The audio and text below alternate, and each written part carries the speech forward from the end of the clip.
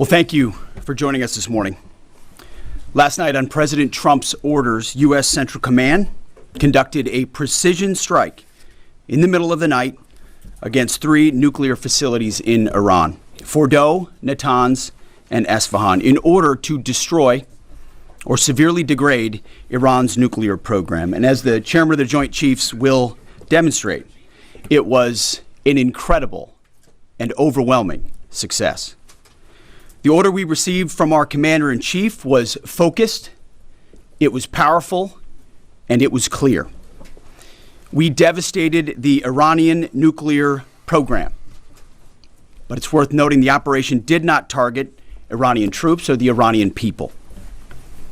For the entirety of his time in office, President Trump has consistently stated for over 10 years that Iran must not get a nuclear weapon. Full stop. Thanks to President Trump's bold and visionary leadership and his commitment to peace through strength, Iran's nuclear ambitions have been obliterated.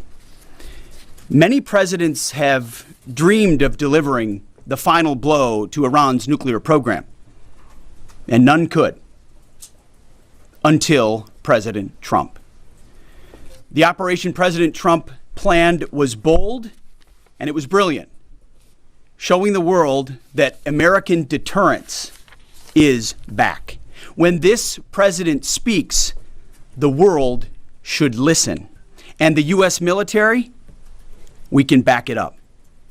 The most powerful military the world has ever known. No other country on planet Earth could have conducted the operation that the chairman is going to outline this morning. Not even close. Just like Soleimani found out in the first term, Iran found out when POTUS says 60 days that he seeks peace and negotiation, he means 60 days of peace and negotiation. Otherwise, that nuclear program, that nuclear capability will not exist. He meant it. This is not the previous administration.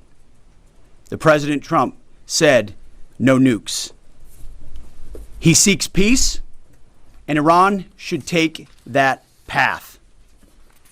He sent out a truth last night saying this: any retaliation by Iran against the United States of America will be met with force far greater than what was witnessed tonight. Signed, the President of the United States, Donald J. Trump. Iran would be smart to heed those words. He's said it before, and he means it. I want to give recognition to the Chairman of the Joint Chiefs of Staff, the Joint Staff, General Eric Kurilla at CENTCOM, who did a phenomenal job, he and his staff, all of CENTCOM. Policy, across the board, this was a joint effort, and across the Pentagon effort. I want to recognize the pilots who flew those bombers, who flew those fighters, who flew those refuelers, warriors. I want to recognize the sailors on those destroyers, in those subs, on those carriers, warriors, all of them. I want to recognize our soldiers doing air defense, base defense, QRF, warriors, all of them. Every American involved in this operation performed flawlessly. And I want to give recognition to our allies in Israel as well. This is a plan that took months and weeks of positioning and preparation so that we could be ready when the President of the United States called. It took a great deal of precision. It involved misdirection and the highest of operational security. Our B-2s went in and out of downtown Tehran, of these nuclear sites, in and out and back without the world knowing at all. In that way, it was historic. A strike that included the longest B-2 Spirit bomber mission since 2001 and the first operational employment of the MOP, a massive ordnance penetrator. The mission demonstrated to the world the level of joint and allied integration that speak to the strength of our alliance and our joint forces. As President Trump has stated, the United States does not seek war, but let me be clear. We will act swiftly and decisively when our people our partners or our interests are threatened. Iran should listen to the President of the United States and know that he means it, every word. I want to give congratulations to our Commander-in-Chief. It was an honor to watch him lead last night and throughout, and to our great American warriors on this successful operation. God bless our troops. God bless America. And we give glory to God for his providence and continue to ask for his protection. I turn it over now to the chairman for specifics. Thank you, Mr. Secretary. Thanks for recognizing all of our folks out there doing our nation's work, and nice to see everybody on this early Sunday morning. Last night, on the President's orders, U.S. Central Command, under the command of General Eric Kurilla, executed Operation Midnight Hammer, a deliberate and precise strike against 3 Iranian nuclear facilities. This was a complex and high-risk mission carried out with exceptional skill and discipline by our joint force. I want to thank every service member, planner, operator that made this mission possible. Their actions reflect the highest standards of the United States Armed Forces. This operation was designed to severely degrade Iran's nuclear weapons infrastructure. It was planned and executed across multiple domains and theaters with coordination that reflects our ability to project power globally with speed and precision at the time and place of our nation's choosing. This was a highly classified mission with very few people in Washington knowing the timing or nature of this plan. I'll refer you to the graphic on the side as I walk you through some of the operational details. At midnight Friday into Saturday morning, a large B-2 strike package comprised of bombers launched from the continental United States. As part of the plan to maintain tactical surprise, part of the package proceeded to the west and into the Pacific as a decoy, a deception effort known only to an extremely small number of planners and key leaders here in Washington and in Tampa. The main strike package, comprised of 7 B-2 Spirit bombers, each with 2 crew members, proceeded quietly to the east with minimal communications. Throughout the 18-hour flight into the target area, the aircraft completed multiple in-flight refuelings. Once over land, the B-2s linked up with escort and support aircraft in a complex, tightly timed maneuver requiring exact synchronization across multiple platforms in a narrow piece of airspace, all done with minimal communications. This type of integration is exactly what our joint force does better than anyone else in the world. At approximately 5 p.m. Eastern Standard Time last night, and just prior to the strike package entering Iran, a U.S. submarine in the Central Command area of responsibility launched more than 24 Tomahawk land attack cruise missiles against key surface infrastructure targets at Esfahan.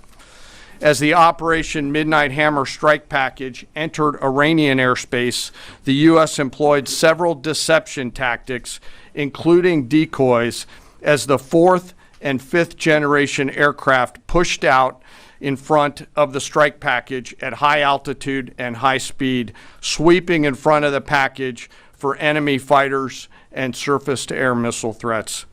The strike package was supported by U.S. Strategic Command, U.S. Transportation Command, U.S. Cyber Command, U.S. Space Command, U.S. Space Force, and U.S. European Command. As the strike package approached Fordo and Natanz, the U.S. protection package employed high-speed suppression weapons to ensure safe passage of the strike package, with fighter assets employing preemptive suppressing fires against any potential Iranian surface-to-air threats. We are currently unaware of any shots fired at the U.S. strike package on the way in. At approximately 6:40 p.m. Eastern Standard Time, 2:10 a.m. Iran time, the lead B-2 dropped 2 GBU-57 massive ordnance penetrator weapons on the first of several aim points at Fordo. As the president stated last night, the remaining bombers then hit their targets as well, with a total of 14 MOPs dropped against 2 nuclear target areas. All 3 Iranian nuclear infrastructure targets were struck between 6:40 p.m. and 7:05 p.m. Eastern Time. Again, that's about 2:10 in the morning local time in Iran, with the Tomahawk missiles being the last to strike at Esfahan to ensure we retain the element of surprise throughout the operation. Following weapons release, the Midnight Hammer strike package exited Iranian airspace and the package began its return home. We are unaware of any shots fired at the package on the way out. Iran's fighters did not fly, and it appears that Iran's surface-to-air missile systems did not see us. Throughout the mission, we retained the element of surprise. In total, U.S. forces employed approximately 75 precision-guided weapons during this operation. This included, as the President stated last night, 14 30,000-pound GBU-57 massive ordnance penetrators, marking the first ever operational use of this weapon. I know that battle damage is of great interest. Final battle damage will take some time, but initial battle damage assessments indicate that all 3 sites sustained extremely severe damage and destruction. More than 125 U.S. aircraft participated in this mission, including B-2 stealth bombers, multiple flights of 4th and 5th generation fighters, dozens and dozens of air refueling tankers, a guided missile submarine, and a full array of intelligence, surveillance, and reconnaissance aircraft, as well as hundreds of maintenance and operational professionals. As the Secretary said, this was the largest B-2 operational strike in U.S. history and the second longest B-2 mission ever flown, exceeded only by those in the days following 9/11. Well prior to the strike, General Kurilla elevated force protection measures across the region, especially in Iraq, Syria, and the Gulf. Our forces remain on high alert and are fully postured to respond to any Iranian retaliation or proxy attacks, which would be an incredibly poor choice. We will defend ourselves. The safety of our service members and civilians remains our highest priority. This mission demonstrates the unmatched reach, coordination, and capability of the United States military. In just a matter of weeks, this went from strategic planning to global execution. This operation underscores the unmatched capabilities and global reach of the United States military. As the President clearly said last night, no other military in the world could have done this. I join the President and the Secretary in being incredibly proud of the air crews, naval forces, cyber operators, planners, and support teams, and commanders who made this mission possible. It is their skill, discipline, and teamwork that makes this operation possible. I am particularly proud of our discipline related to operational security, something that was of great concern to the President, the Secretary, General Kurilla, and me, and we will continue to focus on this. As we stand here this morning, many assets are still airborne, and we have hundreds deployed. I ask that we keep our warfighters on their way home and our deployed service member in our thoughts. Our joint force remains ready to defend the United States, our troops, and our interests in the region. Thank you very much. We will take a few questions, Phil. Me? Yeah. So, is regime change off the table, Mr. Secretary? And to the Chairman, you said the battle damage assessment is still ongoing, but do you believe that some nuclear capability in Iran remains? This mission was not and has not been about regime change. The President authorized a precision operation to neutralize the threats to our national interests posed by the Iranian nuclear program and the collective self-defense of our troops and our ally Israel. Thanks for your question. I think BDA is still pending, and it would be way too early for me to comment on what may or may not still be there. But thanks for the question. Green. No, behind you. Excuse me, Mr. Secretary, can you tell me, was there a particular moment when the president decided to pull the trigger on this operation where he said, now, rather than being, something in the holster, now we're going to pull the trigger on it? I would just say, having the opportunity to witness his leadership, he was fully committed to the peace process. Wanted a negotiated outcome, gave Iran every single opportunity, and unfortunately was met by stonewalling, which is why he gave them plenty of time to continue to come to the table and give up enrichment, give up the nuclear program.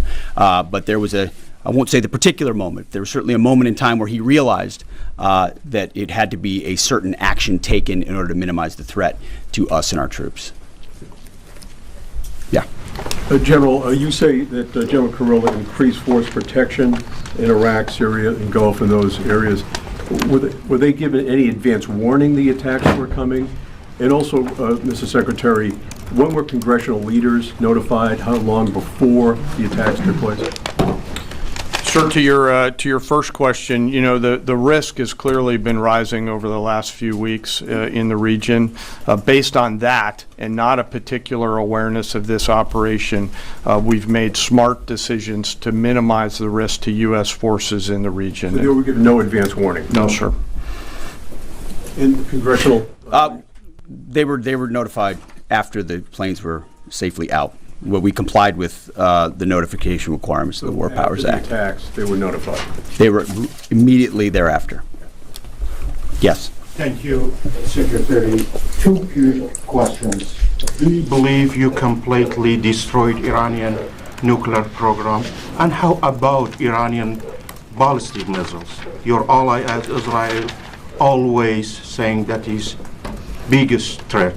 And second question is very important. What will be your next step if Iran or militias under Iranian influence in the region attack U.S. interests or allies in the region? And you can chime in on this too, Mr. Chairman. The battle damage assessment is ongoing, but our initial assessment, as the chairman said, is that all of our precision munitions struck where we wanted them to strike and had the desired effect. Which means especially in Fordo, which was the primary target here, we believe we achieved destruction of capabilities there. Ultimately, wherever it may be, whether it's in Iraq or Syria or bases in the Gulf, as the president said, it would be as the chairman said, it would be a very bad idea for Iran or its proxies to attempt to attack American forces. Yes. Thank you, Mr. Secretary. Regarding retaliations, Iran and North Korea are cooperating on nuclear and missile development. Do you think there is a possibility that Iran, North Korea, and the other forces, such as China, will join forces to retaliate against the United States? Well, unfortunately, because of the policies under the previous administration, we drove those countries together, and ultimately that creates a challenging environment. For this particular operation, the focus is on Iran and Iranian nuclear capabilities. That's our focus here, is to not just say that they can't have, but President Trump has said from over 20 years, frankly, Iran cannot have a nuclear weapon. And ultimately, he decided this is the moment, given their stonewalling, when direct military action had to be taken to prevent that from happening. Yes. Thank you very much. General Kane, I understand OPSEC, I respect OPSEC. Can you say at all what security procedures are being taken to protect U.S. troops in Iraq and elsewhere in the Middle East?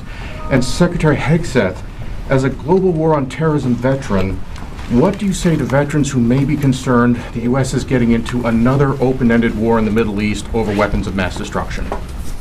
Thanks, sir, for the question. I won't comment on what force protection measures are being taken in the region. What I will say is we're being proactive and not reactive, and being very thoughtful about ensuring that we do all that we can to protect our forces out there. And I would just say, as the president has directed and made clear, this is most certainly not open-ended. It doesn't mean it limits our ability to respond. We will respond if necessary. The most powerful military in the world is postured and prepared to defend our people. But what the president gave us, as I said, was a focused, powerful, and clear mission on the destruction of Iranian nuclear capabilities. Those were the targets. That's what was struck. That's what was overwhelming. That's what was overwhelming. That's what the Iranian regime needs to understand, as the president put out last night. He wants peace. There needs to be a negotiated settlement here. We ultimately demonstrated that Iran cannot have a nuclear capability. That is a very clear mission set on this operation. Yes, hold on. Yes, right there. Thank you, Mr. Secretary. Question for the Secretary and the Chairman. How was this strike coordinated with the Israelis on a strategic level, militarily, and on a tactical level? Was there any direct Israeli military participation in this operation? Well, I would say certainly Israel had an incredible military success, especially at the beginning and ongoing, in degrading Iranian capabilities, in degrading Iranian launchers, MRBMs. It's been incredible to watch what our ally Israel has been able to do. And there certainly have been conversations. I mean, General Kurilla at CENTCOM has worked closely in the defense of Israel for many years.